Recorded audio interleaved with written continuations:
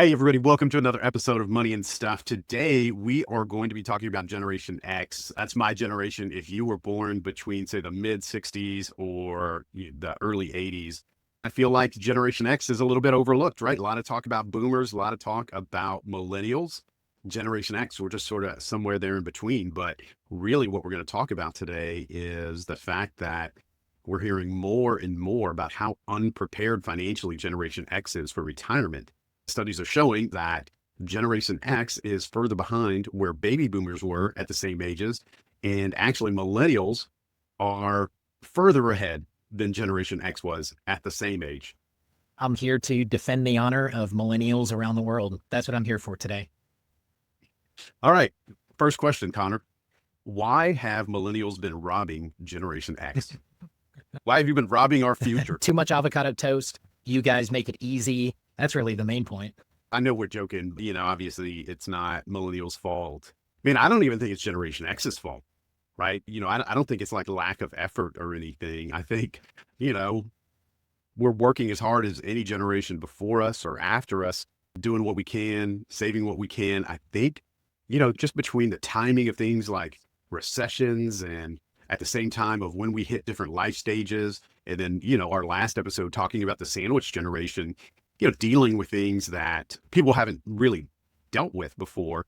We're just kind of being stretched thinner and thinner than, what people have seen in the past and maybe even what your generation is seeing. Yeah. When you brought this topic up before the episode, I thought a lot of people's initial reaction when they hear about generations being behind is that it's a progression, right? Gen X may be behind boomers, but millennials are behind Gen X, and then Gen Z is behind millennials. But what we're actually seeing in the numbers is that millennials are further ahead than Gen X was at this point. And so I think it's a good chance for us to dig into what might be the causes and what are the factors at play, because it's not, like you said, I don't think it's an A to B black and white issue. It's not Gen X isn't working as hard as the boomer generation. There's factors at play, both historically and societally, that together create this environment or this situation where, yeah, Gen X seems to be notably further behind compared to baby boomers and millennials. Back to my point earlier about some of it has just been kind of timing, both timing on what's been going on in the economy and timing as far as, life stages that Generation X was hitting during those different times in the economy, and really sort of converging to create unadvantageous circumstances. So again, I don't really think it's millennial or not millennials' fault or baby boomers' fault or Generation X's even themselves' fault that they're not as far ahead as maybe other generations have been. But, I think about myself. I graduated college in 2001, and we were at the beginning of that dot-com bubble, right? That was bursting, and the recession that followed and that lasted really from 2001 to 2003. I mean, we had the dot-com bubble burst. Then we had the September 11th attacks, and then we had a major war start. And so, when I came out of school, within a few months, things looked drastically different than they had the year prior. Unemployment was going up really fast. It was touching near 7% by the end of that year. It was a lot tougher time. And, that for me, that was like my beginning, right? My early 20s. But I'm on the tail end of Generation X. So there was kind of this time period during that time where whether you were starting your career or maybe you were like 30, maybe early 30s, and it was one of those times where you were just kind of happy to have a job that paid you, but you had no leverage. And I think that's one thing that really separates Generation X from baby boomers and millennials. And I know people are going to listen to this and say, oh, we had tough times too, right? But it not falling at the same time, it didn't hit the same. Because if you're very early in your career, let's say I was 23, maybe you were a little older, you were 30, you're at that beginning stage of your career where you're the low man on the totem pole. You've got no negotiating power. So you're just sort of taking a job and accepting what the pay is, right? Whereas, let's say millennials during that same time period was coming on the heels or right after the 2008 recession, when suddenly, the government sort of threw money at everybody. I knew times were tough, But really, we got to this spot, like you guys started really entering into the workforce, like right as baby boomers were exiting, right? And we were in this recovery mode, in this long sustained recovery mode. And I know other millennials I've talked to, I'm always shocked at what I hear from them in terms of like how easily they're willing to like switch jobs Yeah. and the leverage they have when they ask for raises. Like, they've never been through these time periods where you were just happy to have a job. And I think it's a very similar story for baby boomers. You think about baby boomers really coming into that, say, mid 80s, maybe early 90s. Again, kind of an economic boom that we were in, right? Hitting that. So, first we have that first recession, then we recover from that. And then a few years later, we have the financial crisis, right? 2008, everything falls apart on us again. And so maybe we were starting to get ahead, but again, back in this position of no leverage. And maybe in that few years between recessions, life also hit us, meaning that we weren't kids anymore. Now, maybe we have a mortgage and maybe we have kids. And so we're back in this spot where this recession hit us even harder. And those of us who had bought houses saw the equity in our houses like just fall apart, right? So I think the timing of those recessions during these key periods of life stages really had a pretty big impact, right? It's sort of, when I said we had no leverage from a negotiating standpoint, you can say, well, later on the job market changed. It's like, yeah, but wherever you start sort of sets where you're going to end up, right? If you start with a higher salary and a higher position, you've got a lot better shot at continuing to get higher and higher salaries and higher positions versus starting at a lower salary, lower position and kind of being stuck there for a while just because of the way the economy was. So I think the timing in itself was pretty huge. Yeah, I completely agree because every generation goes through hardships and tough times at different stages in their life. The timing specifically of when Gen X is entering the workforce and progressing through really into their prime earning years, that's the period that a lot of people refer to as the lost decade from 2001, 2010, where really because of the market drops, the recessions and everything, money you invested in '01 was really only recovering to its initial value by 2010. And when that sets the tone for your earning ability going into the rest of your career, it really makes it difficult to have serious progression from there. And to your point earlier about millennials being more comfortable switching jobs, I think that's the other big factor that we're aware of, but we don't realize the impact or the difference that it could make. It's very common now for millennials, Gen Z and younger to go into a job, work a couple years, move to another job, work, repeat. That is the most reliable way that you can expect to get a regular salary increase, a noticeable salary increase, right? And not only was that less common during your generation, but even if it was more common, you're talking about trying to make that switch during periods of time where companies weren't hiring as much. Employment was down and the environment wasn't even conducive to that. Yeah, I think the thing about being Generation X is we got caught in this transition, right? I mean, we didn't grow up with the internet, but when it came about, we were young enough that we were still able to hop on the train. You know what I mean? I remember being a younger Generation X. It started to become something when I was in high school. It wasn't necessarily something that everybody had at home, but the schools and the libraries had it. I got my very first email address my freshman year of college, right?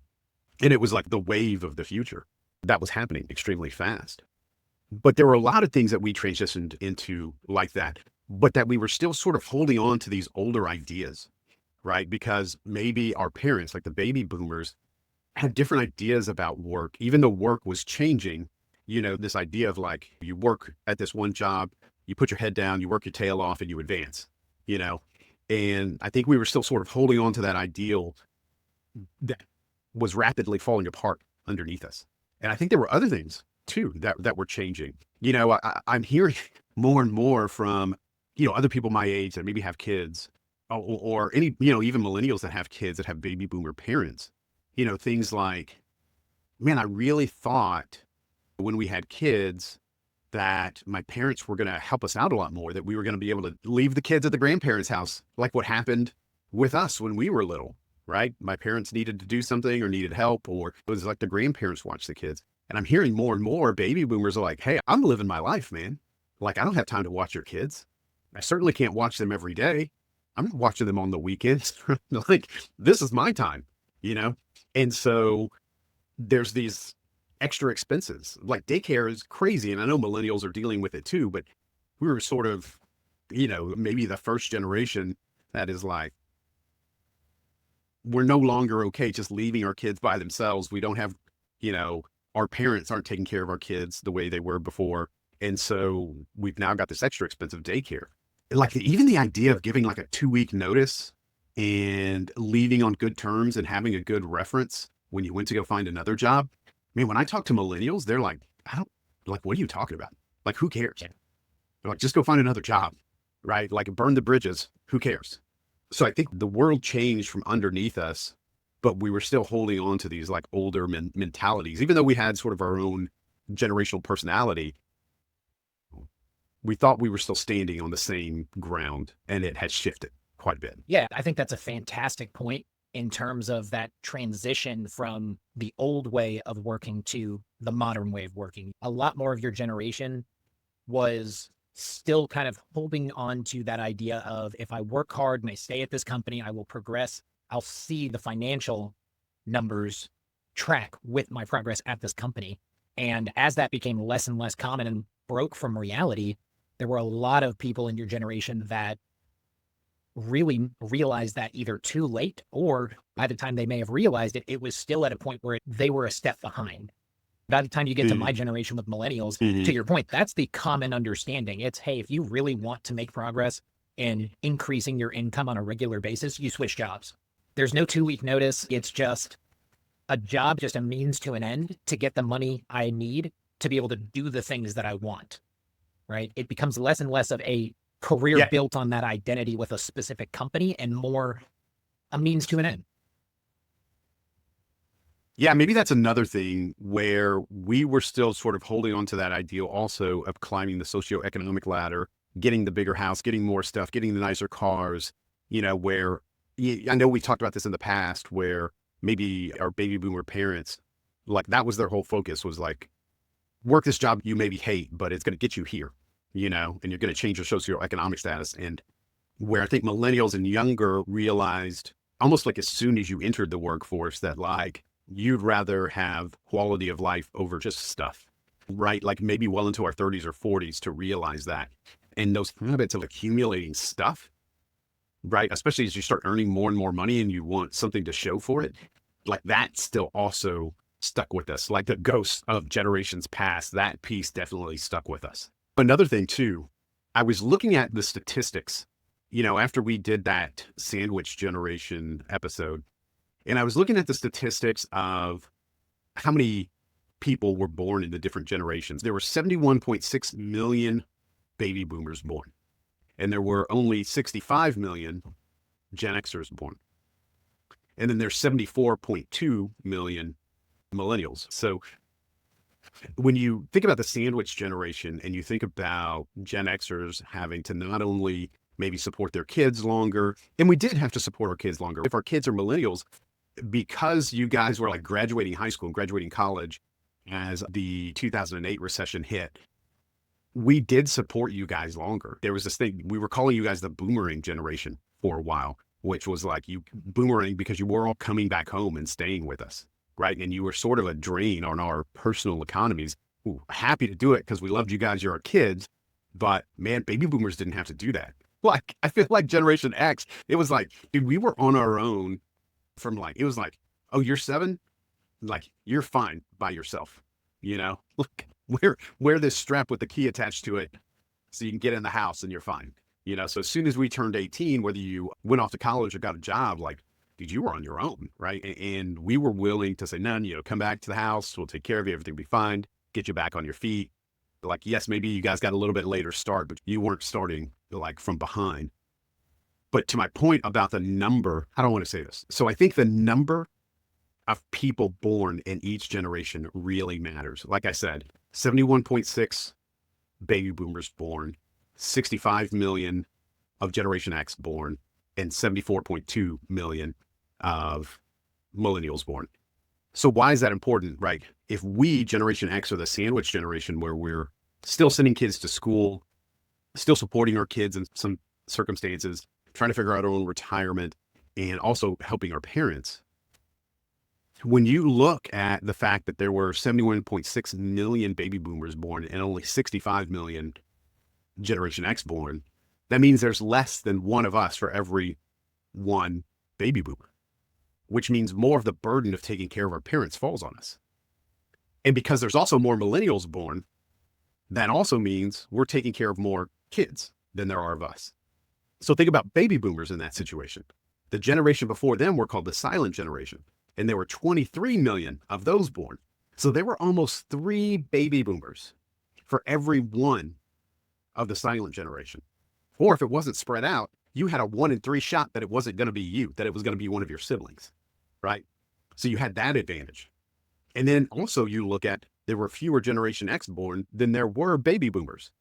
So even if you were helping your kids, which you were not helping your kids as much, but even if you were, there were less than 1 for every one of you, where we have more than 1 for every one of us.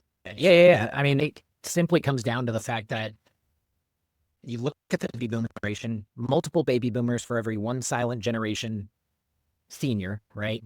So you have a higher probability of lower cost in care or accommodation versus y'all where, I mean, it's called the sandwich generation for a reason. There's 2 sides to the sandwich, and on both sides you have circumstances that really didn't happen to this level, to this scale before in history, right? Having elder parents that are surviving longer than ever in human history, needing monetary support or just general support. So living with you, right? Needing support in terms of help with getting around or getting things done. And then on the other side, you're dealing with a young generation of your kids who really on this scale for the first time are needing to stay home after college or after high school, right? They're living at home longer and needing financial support. So on paper, it's like, yeah, okay, that's what happened for you, but why isn't that something that you can overcome? It's when you dig into it, you really see, oh, these are 2 outlier circumstances that combined basically put y'all in the position of you're either a caretaker to your parents, a caretaker to your kids, both beyond the point that we've ever expected to in the past at the same time. Think about the situation we were looking at earlier, where we were saying for every $10,000 of unsaved money for retirement, I can't remember what the number was, but it was like 20 years later, it meant $45,000 less in their retirement accounts, right? So let's say it's 10,000, every 10,000 not saved means 45,000 less in your retirement account later. So let's say you had 2 kids, right? They both came back home, stayed with you for 2 years. So let's say they each cost you 10 grand a year, which is probably more, right? But let's say they each cost you 10 grand a year because they're at the house. Well, that's 40 grand not put into your accounts, not saved, right? So then we take that 40 grand and we take that 45 that it would have been and you times it by 4, and we've got like almost $180,000 less in the retirement accounts. And that was we were only looking forward like 20 years. So if you go back and you think about it from a standpoint of what if that happened in your late mid 30s or early 40s, maybe get that to 25 years or 30 years. And that number of missed money in your retirement accounts is probably double that, that's huge. It doesn't feel like much at the time, but people always talk about the magic of compounding. It works in the opposite as well. If it's not there, the amount it costs you in your future becomes tremendous because the amount of time you would have had for that growth to compound and become something really big. Well, we talk with clients all the time about how when it comes to investing and saving your money, time is the most important and most valuable resource that you have available to you. And so if the time that you had was cut short or broken up to where you couldn't just take advantage of a long period of compounding interest, the ramifications ripple out and become more and more severe as you get further out. I was thinking, if you're a millennial and you're hearing what I'm saying, you may really be going, we're going to have it hard too. Especially, I think about millennials and the housing market. And I know it's taking longer for younger generations to buy a house. And I wonder if that also has helped them get ahead in savings, right? Because I think about the ideals that as Generation X, we were still sort of holding on to. And one of those is home ownership, right? I mean, home ownership and still getting married younger than millennials got married, right? So, which getting married and getting a house means added responsibility, which means more cost. But it was like, this is what you do. I wonder if just the fact that home prices make houses really out of reach, especially for younger millennials, if that has maybe put them in a spot where they are just saving more because they're not taking all that cash and dumping it into a house.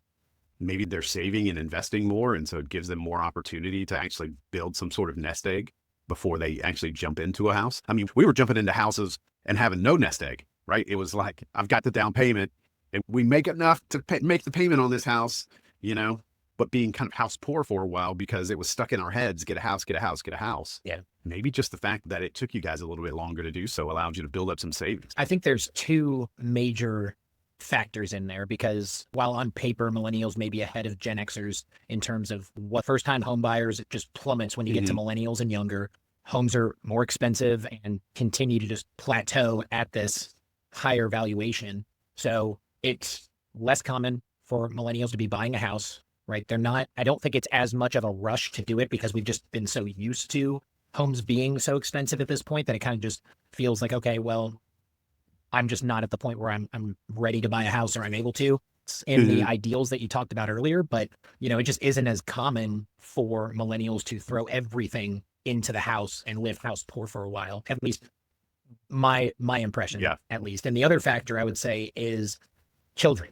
Millennials are having children later than Gen X and Boomers, and less millennials are having kids. There's just less kids being born. And so that added cost over the millennial population, or rather that loss of spending, right? There isn't as much of a cost when there's less millennials having kids, or if they're having kids, it's having kids later. I think that plays into it too, because obviously once you have a kid or kids, your expenses go through the roof. Your ability to save becomes much more difficult. If less millennials are having kids, or if they are having kids, they're just having kids later. I could see that being a factor that maybe we don't see the impact right now, or it's not as noticeable right now, but 10, 15 years from now, for all we know, we may be in the same position as Gen X in 15 or 20 years. Yeah, I just quickly looked up how many Gen Z were born, the generation after you, and there were just under 67 million of them born, right? So about the same as Gen X, right? So Gen Z may end up being in the same position as Gen X for very similar reasons.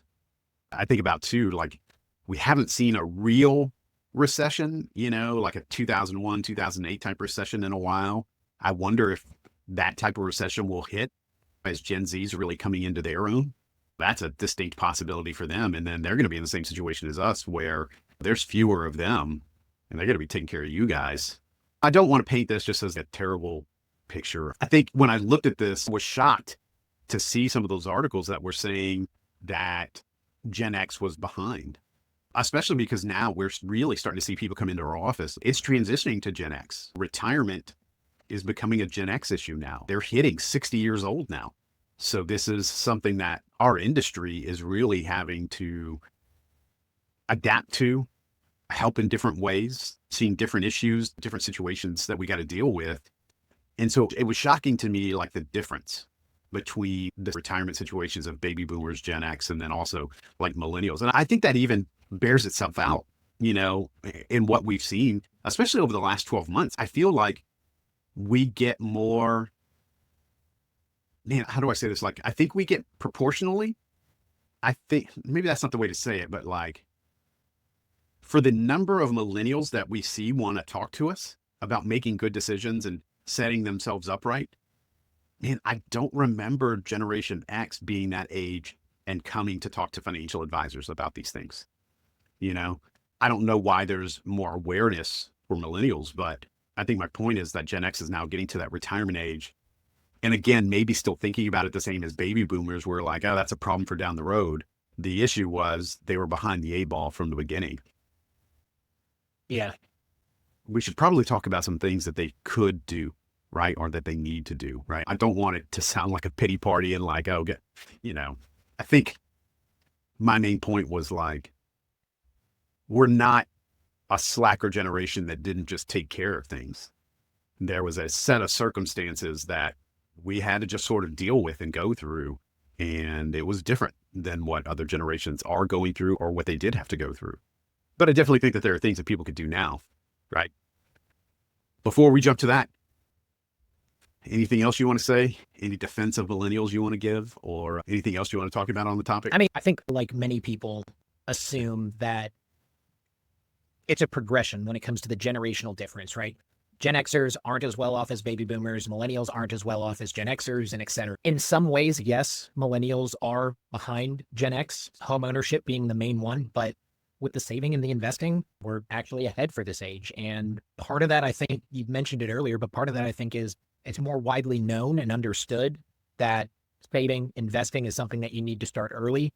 The internet and social media has made it a lot easier for somebody to just hear about, oh, I should be thinking about this. That's something I should consider. And it's never been easier to invest, right? Somebody can just download an app on their phone, connect their account, and start investing right away. Yeah. That brings up another point that I wasn't thinking about. And I noticed this, I'd say back in the mid 2010s, was that Generation X had this tendency to want to be more conservative in their portfolios. And what I attributed it to was, you mentioned the lost decade, that 2000 through 2010.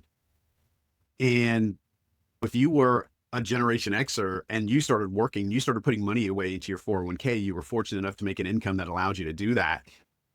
You saw your money get cut in half in the first recession. And then you made a recovery, it took you years and you recovered. And then almost immediately it got cut in like 50, 60% again.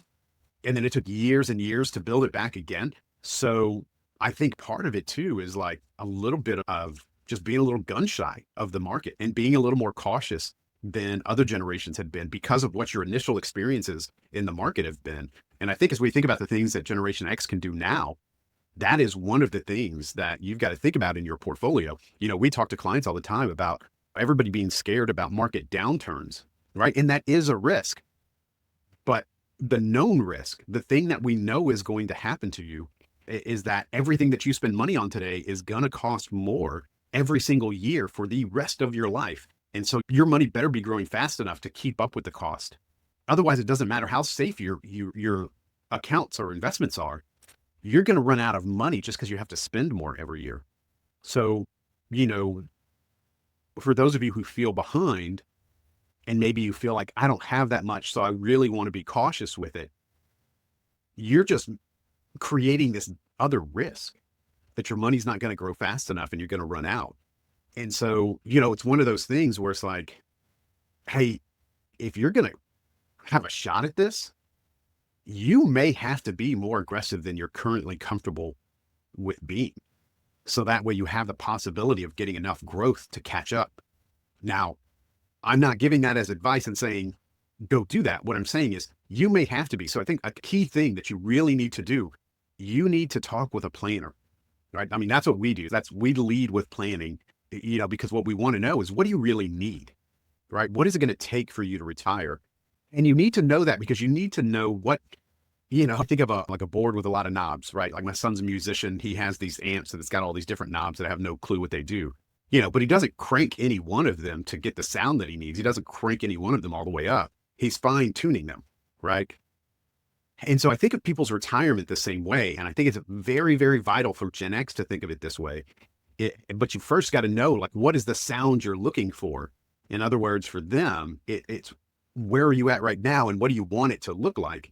And then what are all the different knobs you can turn, right? Decreasing your spending, increasing your savings, changing your investment style. Can you change these different things by little amounts that will end up making a big difference? But it starts with knowing what that end game is and what you really need to do to catch up. I think that's a fantastic analogy for it. Another thing I think too is, I know we said it with the sandwich generation one, but have a talk with your parents, right? Like, understand what their financial situation is, what your responsibilities really are, where they could use some help. Don't just think, my parents need money and I'm going to give it to them. Like, look at their situation and see, what other options there are to help them out. Maybe, but I think there's hope. I think that maybe even the idea of retirement is going to change. Right. And if there's anything that I think Generation X is fantastic at, it is at adapting to a changing environment.